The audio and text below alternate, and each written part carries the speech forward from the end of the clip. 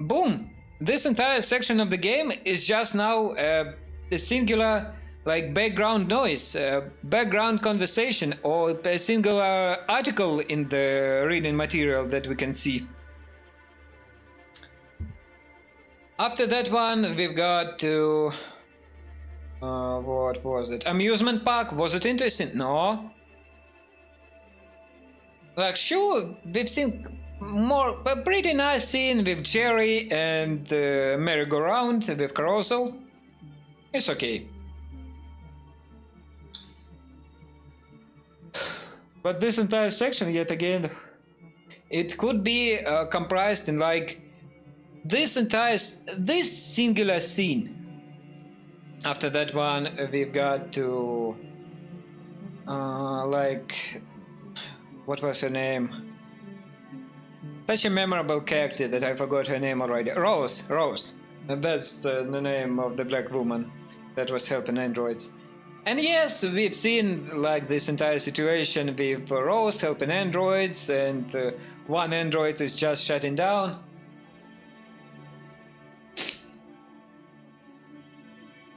Okay. This section could be shortened, but when the police officer appeared, it was okay. It could have been okay. It was a tense moment. It was nerve-wracking. I kind of support this one, and this entire scene of Android shutting down was a bit too prolonged for my taste and a bit too on the nose, but okay, we could have pulled this one too. Then entire section of going away. The fucking bus station. No, before this one, like getting to Jericho. In this Jericho, we just got hit with a sledgehammer of understanding that, can you imagine, Alice is actually an android? In your face yet again, and in your face yet again. Sometimes they return back. Well, they come back. Return means come back already.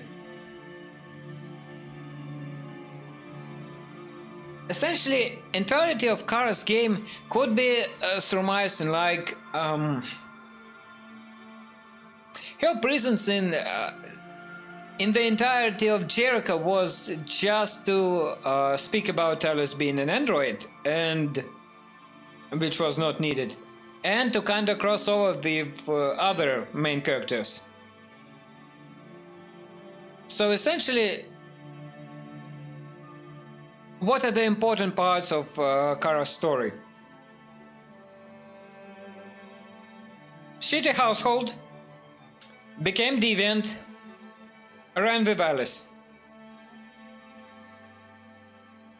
Okay? Essentially, entirety of Kara's chapters could be surmised in like those three. Just those three scenes, those three chapters. She's not needed for anything else.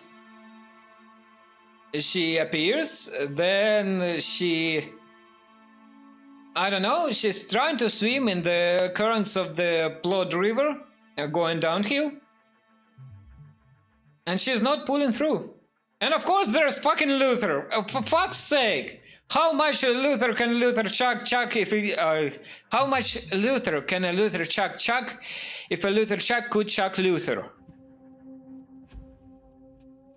I fucking hate it. I fucking hate the fact that I needed to go like 3 times through the entirety of the game for this one.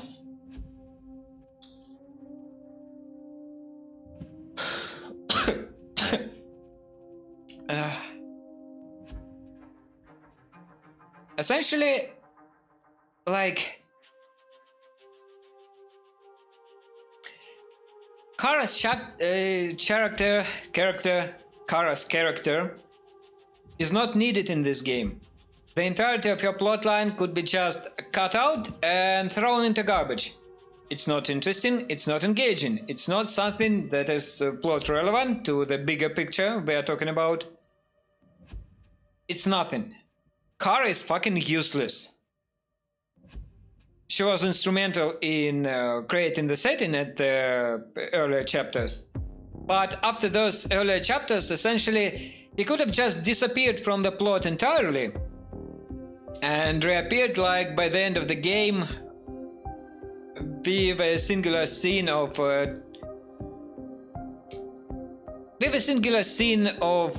trying to cover all of her marks in Rose's house. Okay? In other words, Kara was a mistake. Not her existence, okay? I understand that she is relatable, I understand her. But she is not plot relevant. She's fucking useless to the big picture. So, I guess I'm adding like... When we are speaking about setting, this entire setting about one mega corporation, it's not the worst one out there. It's not the best one out there, of course, too. So I'm going with, like, I don't know, like 6 out of 10. 7 out of 10 for the design of androids with LED and Connor looking slick as fuck in his android model outfit. So, setting 7 out of 10. Then Kara.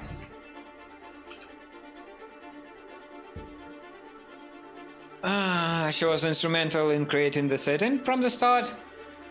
So she's gonna get some points, but she's not needed for the most of the game. So I'm gonna give her like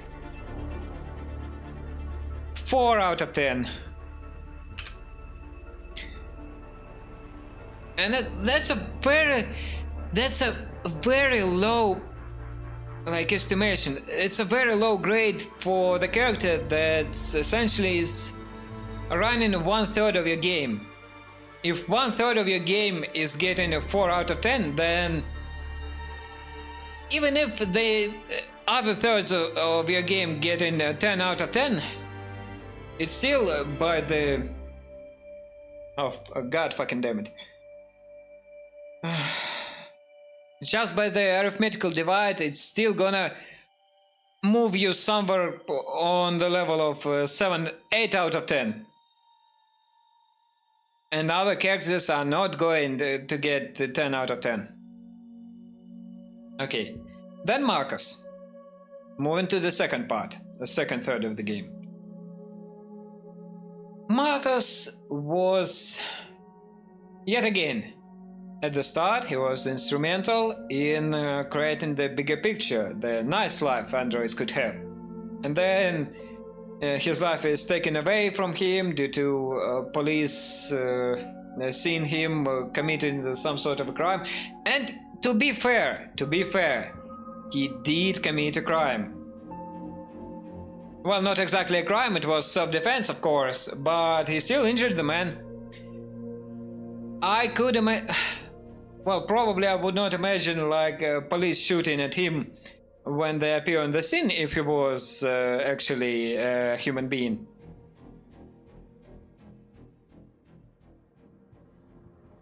But still, this entire situation wasn't exactly one-sided. Marcus indeed did injure, and he injured quite seriously the son of Carl. So okay, he was instrumental in creating the picture, then something happens to him, then like visually speaking, the entire level design, the entire part on the waste disposal facility, it's a haunting image. Like, it's really a haunting image. This one is shooting right up.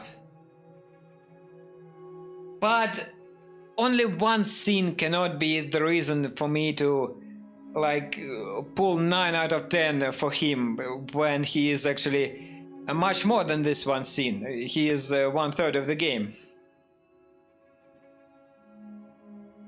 He has some cool visuals, but then when he gets to Jericho, I understand his motivation. Like, entire part getting to Jericho was not interesting. Then him starting to fight for the cause. Okay, I had problems with this one. I expressed those problems. But it's understandable and it's not Carl level of useless. But then, the more we progress, the worse he gets. He gets incredibly preachy. He leans so far down into this narrative of androids that did nothing wrong. Humans are altogether bad. He gets this entire telepathy shtick. He gets through the entire mind control. There is no cause presented for the humans. And I'm not going to forget about all of this. I was a slave just like you.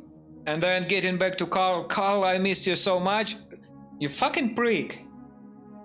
You're such a hypocrite. So Carl, not Carl, Marcus. Marcus is getting this entire idea of peaceful protest. Well, I'm the one that is directing him to peaceful protest, but the writers are the ones that created this flow of the river. The developers, the writers are the ones that created this narrative. They created this narrative that is nudging me into this one direction. So, I guess with Marcus, well, I'm going to be...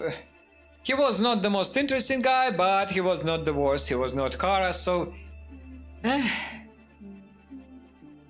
Kinda mid, but just a little bit over mid, just because of the, waste disposal scene. 6 out of 10.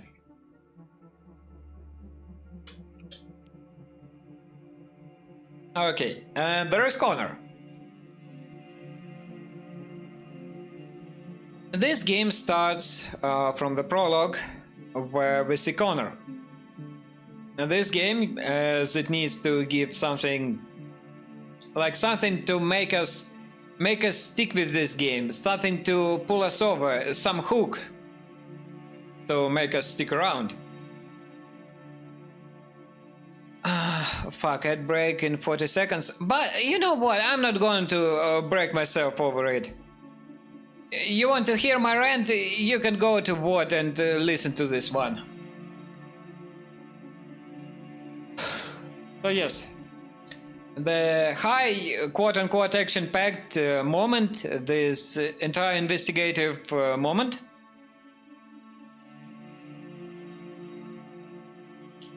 Connor gets our attention. He's got mannerism. He's playing just right.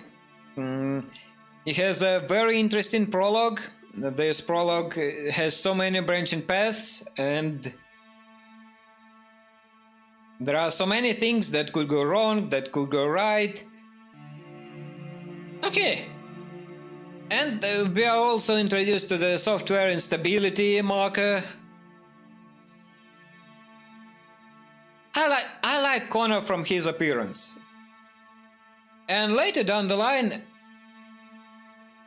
he is investigating androids. There are investigative parts.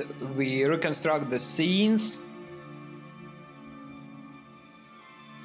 We are talking with other deviants. We find another supporting character. Hank, I mean. We have a chemistry going on between us and our quote-unquote ally, our quote-unquote enemy.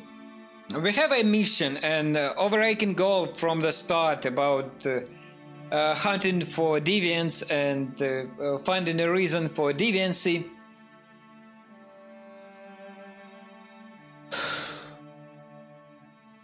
He's interesting.